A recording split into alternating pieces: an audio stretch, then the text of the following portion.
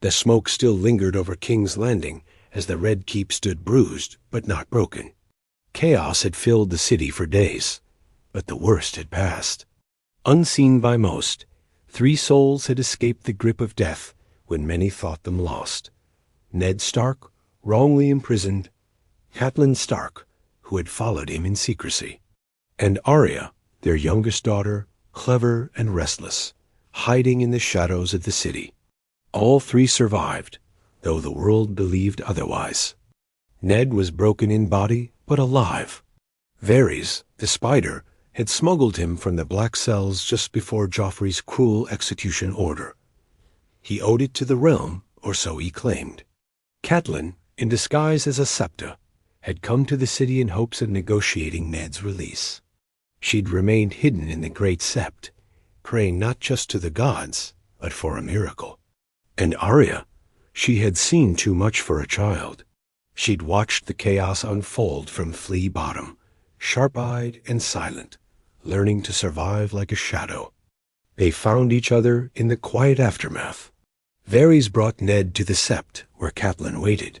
He told her, in hushed tones, that her husband was not dead, but broken, and needed to disappear before the Lannisters realized he still breathed. Arya, meanwhile, had followed a trail of rumors of a ghostly girl with wolf eyes seen near the Sept. She had learned to listen, and one night, like something out of an old song, Arya stood at the Sept door, face dirty, blade in hand, whispering, "Is my father here?" The reunion was silent, filled with tears. Ned had grown thin, his face hollow. Catelyn wept, but held firm. Arya didn't cry. She had already cried too much. But she clung to her father like a lost cub to the last of her pack. They had no time to grieve. The city still boiled with danger. The Lannisters believed Ned dead, and no one knew Catelyn was in the city. Arya was only a missing girl, and that was their advantage. Varys gave them a choice: stay hidden and watch the game from the shadows, or flee across the narrow sea and live as ghosts. But Ned was still a wolf. Broken or not, he wanted justice. Catelyn wanted safety for her children. Arya, she wanted revenge. They stayed, in secret. Varys hid them in a forgotten part of the city, deep below the Red Keep, tunnels built by Maegor the Cruel, where even rats feared to go. Time passed. News from the north came slowly. Robb had declared war. Sansa was trapped in a lion's den. Bran and Rickon were alone. The Starks were scattered like leaves in a storm. Ned could do nothing but plan. His leg wouldn't heal right. He limped with pain. But his mind, sharp as ever, began to think like a southern lord, not just a northern warrior. He wrote letters, using Varys' birds. He sent messages to trusted houses. He began to spin a new game, not of thrones, but of survival. Catelyn became the voice in the dark, speaking with spies, smuggling secrets. She learned quickly, harder now, colder too. She no longer trusted easily. Arya, though, became something else entirely. She trained with street fighters, watched how assassins moved. She listened to whispers in taverns. She followed Lannister soldiers just to know where they slept. She was changing faster than a girl should. Ned noticed. Catelyn did too. But none stopped her. Then one night, Arya returned to their hidden place, blood on her hands, breathing fast. "He recognized me," she said. "A guard. From the tower, I followed him." Catelyn paled. "Arya? What did you do?" "I killed him," she whispered. He would have told the queen. That was when they all knew. Their time in the shadows was running out. The Lannisters ruled the city, but the ghosts beneath it were waking up. The Stark name had not vanished. It was gathering strength again. In whispers, in shadows, in the blood Arya spilled. They could no longer just hide. Something had to change. The dead guard's body was found 2 days later in a back alley near the mud gate. Throat cut, coin pouch missing, and no witnesses. To the Lannisters, It was just another crime in a city rotting with filth. But to Ned Stark, it was the first crack in their hiding place. Arya had crossed a line, one she couldn't return from. She didn't flinch when her father asked her how it happened. Her voice was flat. He grabbed me. I used the needle, like you taught me. But Ned had never taught her to kill. He had taught her to defend.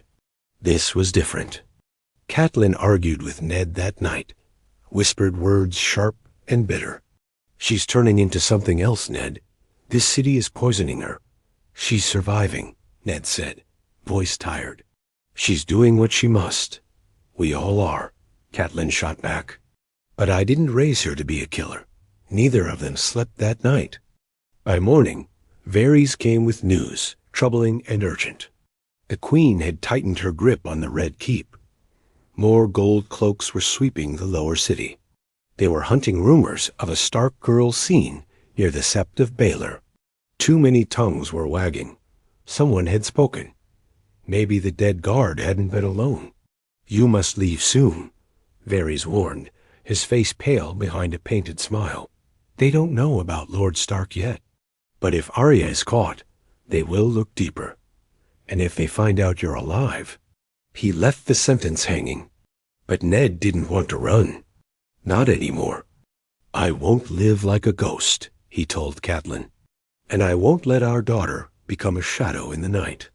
Robb is calling the banners. The North remembers. Maybe it's time the South remembered us too. But how? They had no army. No swords. No allies strong enough inside the city. Until one came knocking. He was young, bold, and dangerous. Gendry, a bastard boy from the streets. Arya had met him in the fighting bits. They sparred with sticks. She beat him once. He respected her ever since. He brought word of men gathering in secret, smiths, sailors, old soldiers who hated the Lannisters.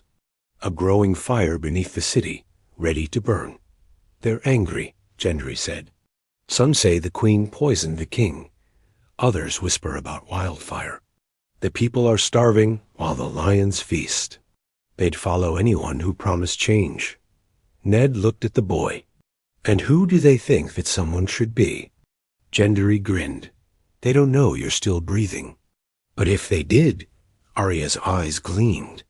Then let them know. Catelyn stared at them both. It's madness. Maybe, Ned said. But it's time the Lannisters felt fear again.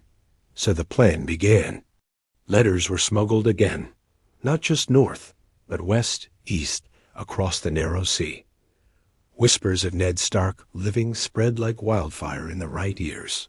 Former bannermen hiding in the capital were contacted. Merchants loyal to the old hand offered coin and quiet support. Even a few mesters still loyal to the name Stark passed messages sealed with wax that should have been long gone. Meanwhile, Arya changed. She trained harder. Gendry taught her to fight dirty, how to win against bigger, stronger foes. Ned didn't approve. Catelyn hated it. But Arya didn't stop. She was fast becoming a blade the family would need. Then came the night the tunnels shook with fire. Wildfire exploded beneath the city. An accident, they said. A secret stash ignited. But Ned knew better. It was a warning, or a signal. Varys came again, pale and urgent. You've stirred the wrong nest. The Queen suspects something. She's called in the mountain. That name made even Gendry flinch. Arya's face went cold. Then let him come. No, Ned said. We strike first. Not with swords. With truth. And so a new plan was born. A message. A public message sent by Raven to every corner of Westeros, from the Vale to Dorne. Eddard Stark lives. He was betrayed. The truth of Robert Baratheon's heir has been buried in lies. But no longer. It was a message that could ignite the realm, or burn them all alive. The ravens took flight like black arrows in the sky, each carrying the same truth. Eddard Stark was alive, and Robert Baratheon's death had not been fate but murder. The message spread faster than wildfire. Across Westeros, old alliances shifted. Lords who had bent the knee to the Lannisters began to question their loyalties. Some called it treason. Others whispered of justice long delayed. Inside King's Landing, though, it was a storm. Queen Cersei's rage echoed through the halls of the Red Keep. "Who sent it?" she screamed, her voice shrill and shaking. "Who dares play this game with me?" She ordered mesters questioned, scribes tortured, even ravens slaughtered mid-flight. It didn't stop the words from spreading, but the queen had something more terrifying than rage. She had Sir Gregor Clegane, the Mountain, and she set him loose. The city trembled. Homes were burned. Anyone even suspected of uttering the Stark name was dragged out beaten, or worse.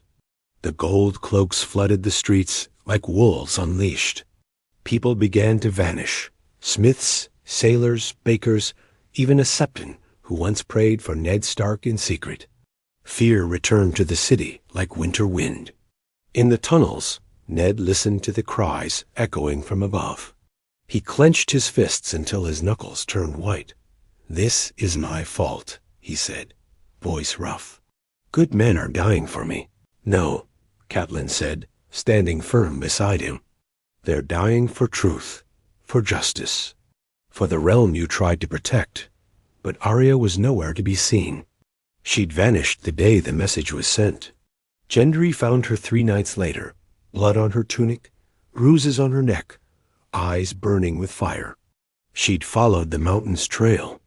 Not to fight him, not yet, but to learn his habits. Where he slept, how he moved, who he hunted. "I saw what he did to a boy," she whispered to Ned. "Just a boy who said your name." Ned's heart shattered, but Arya didn't cry. She only asked one thing: "Teach me to kill him." He refused, but Gendry didn't. "She'll never beat him with honor," he told Ned when they were alone. "She needs more than a blade. She needs rage." "She already has it," Ned couldn't argue. He had raised a wolf. The city had raised something else.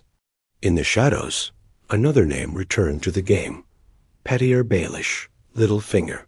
He came to Varys with a smile and an offer. "I know where the Starks are hiding," he said softly, "but I won't sell them out, not yet. Not unless it benefits me."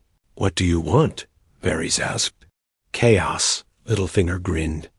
"And a crown, for someone desperate enough to wear it." While Cersei hunted ghosts and Littlefinger played his games, the common folk began to stir. The small folk remembered Ned Stark, the quiet hand, the man who tried to protect the realm from rot. They remembered how he knelt for mercy and was repaid with betrayal. They remembered. Riots began in the lower city. A golden lion's head was burned in the square.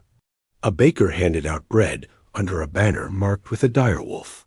And in the shadows, someone painted a message across the Sept's outer wall: "The North lives, and so does its honor." That same night, a plan was made. A secret meeting, deep in the dungeons beneath the city, between the loyal and the broken, the hidden and the hopeful. Former guards of Robert, some still faithful to the Baratheon name. Exiled bannermen from the Vale, whispering merchants from Dorne, and the Starks. Ned limped into the firelit room. Catelyn stood beside him, wrapped in a hood. Arya sat with her needle in her lap, silent, watching. Ned spoke just once. "If we strike for the realm, not for vengeance, not for power, but for peace. We end this lion's rule, and let truth guide what comes next. If any of you stand with me, then stand now." One by one they rose, old men, young boys, broken knights, loyal hearts. A rebellion was being born, not in castles, but in cellars. And above them, the Mountain still hunted, unstoppable, unforgiving. But he didn't know one thing. Arya Stark was hunting him too.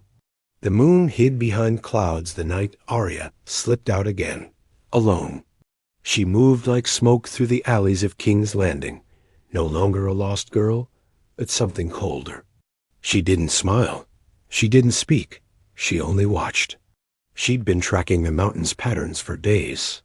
Where he walked, who he punished, how many guards followed him. He was a monster in armor, a butcher in human skin. People didn't look at him. They just moved aside and prayed they wouldn't be next. But Arya watched him like a hunter watches prey. In the tunnels beneath the Red Keep, Ned paced, his limp worsening with each hour. He knew Arya was gone again. Gendry covered for her, but it wasn't hard to guess. "She thinks she's ready," Ned said, his voice tight with worry. "She's just a child." Catelyn, who sat sharpening a small dagger, looked up.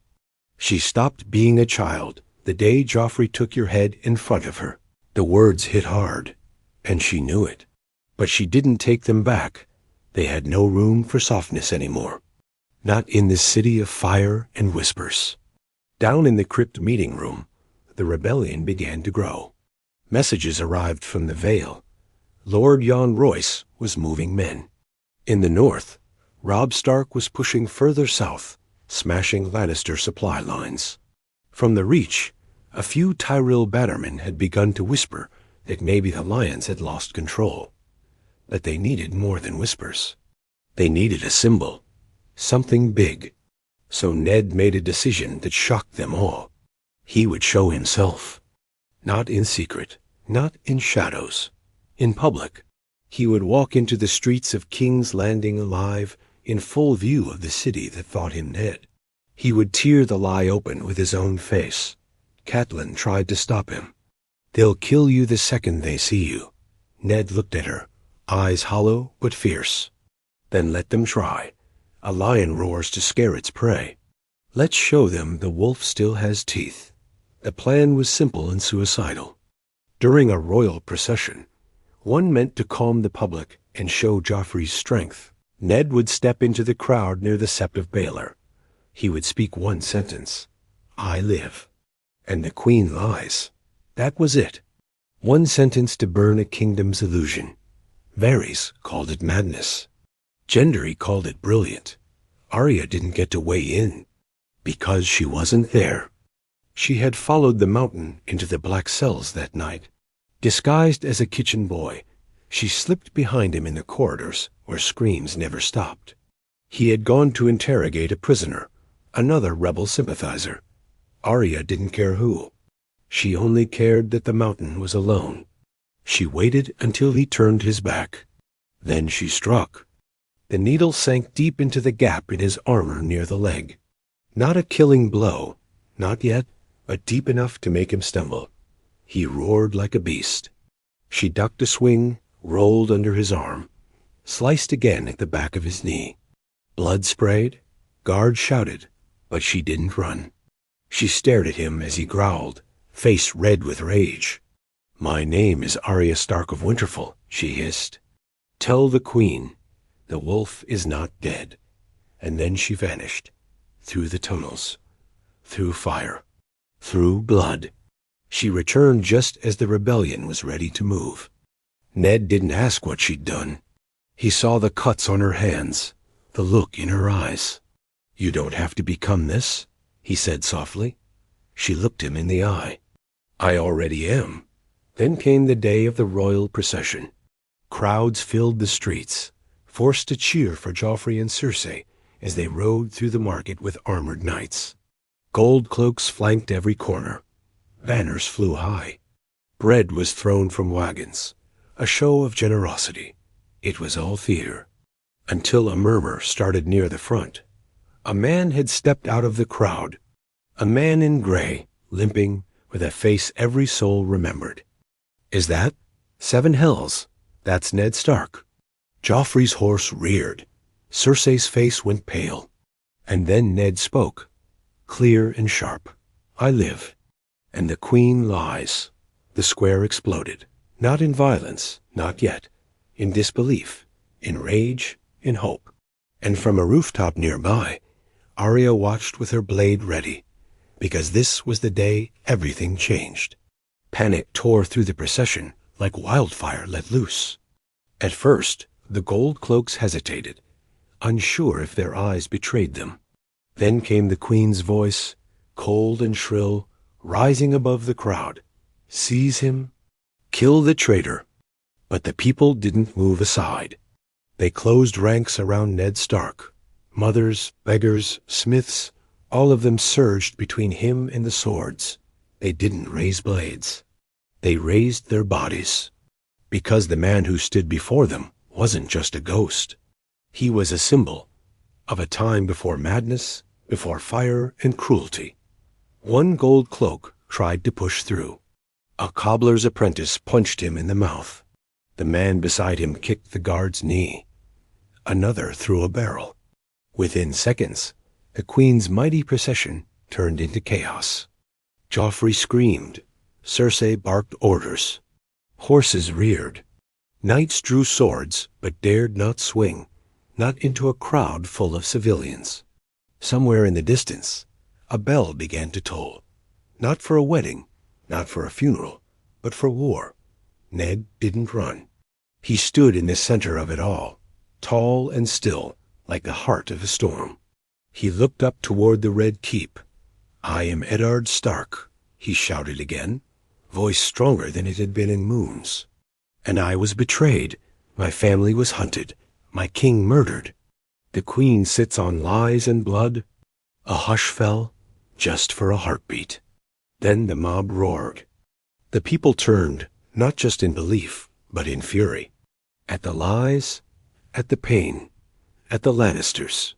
Cersei, pale as snow, was pulled backward by her guards. Joffrey clung to his horse like a frightened boy, no crown on his head, just fear in his eyes.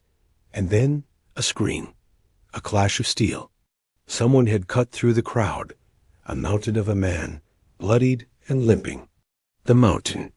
His eyes were locked on Ned, his sword already red with some poor soul's blood. "He's alive," he growled. "No more lies. Just death." Arya saw him first. From the rooftop, she didn't wait for a signal. She leapt down the side of the building like a cat, slipping through the crowd. Her blade was small, but she didn't care. She wasn't trying to kill him. Not yet. She just needed to stop him. She darted forward, cutting across the mountain's path. Her needle slashed at his leg again, same spot as before. He roared in pain, stumbling. The crowd scattered. Ned shouted her name, but she didn't stop. She danced between the mountain swings, too fast for him, a blur in a world of steel and blood. Then came the scream of a horn. From the southern gate of the city, a force had entered King's Landing, not the Lannisters, not the crown. It was the Vale. Banners of House Arryn flew in the wind, and at their front, Lady Lysa's bannermen, carrying a sealed letter and a promise. They were here not for war, but justice. And justice was wearing a direwolf. Gendry burst through the alleys with rebel fighters. Old guards from Robert's reign joined them, small folk with pitchforks. Angry soldiers once loyal to Stannis. 1,000 voices rose. "The king in the north!" Someone shouted. "Ned Stark lives!" The mountain turned, surrounded. He wasn't afraid. Monsters never are. But even monsters bleed. And that night, he bled. Not from Arya's blade, from Gendry's hammer. It struck his chest like a thunderclap, cracking ribs. The mountain staggered. Arya moved in, slicing deep across his exposed neck. He didn't fall easily, but he fell. The crowd surged again. This time, not in chaos, but in revolt. The Red Keep's gates slammed shut. The queen had vanished inside. Joffrey was nowhere to be seen, but it didn't matter, because the people had chosen their truth, and it was wearing a Stark face. That night, in the tunnels beneath the city, Ned, Catelyn, Arya, and Gendry sat together in silence. Blood on their clothes, smoke in their hair, but something new in their eyes. Hope. Ned looked at Arya. "You shouldn't have faced him alone." She looked down. "I wasn't alone," and she was right. The North was with her. The streets were with her. Even the South was beginning to remember. Smoke curled from the towers of the Red Keep as the sun rose over a city forever changed. King's Landing had not fallen, not entirely, but it no longer belonged fully to the Lannisters. The people had tasted defiance, and they wanted more. Banners bearing the lions still hung from the castle walls, but in the streets below, dire wolves were painted on stone and sewn into cloaks. The rebellion had no king, no throne, but it had a name now: Stark. Inside the keep, Cersei raged like a lioness trapped in a cage. The Vale's forces had not attacked, but their presence alone was an insult. "Traitors," she spat at her council. "All of them. I want their heads." But her advisers had grown quiet. Even Pycelle looked nervous. Lord Baelish offered only a polite shrug. "You cannot cut the heads off everyone, Your Grace. Eventually, there would be no one left to kneel." It was no longer fear that held the city. It was uncertainty. And in that uncertainty, hope had rooted itself.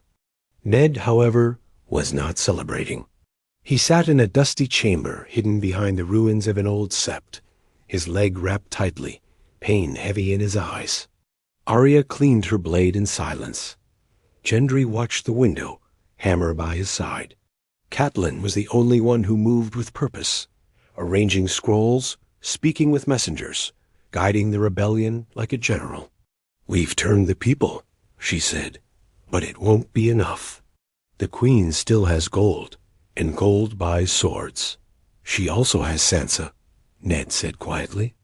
It was a name they'd avoided saying for days.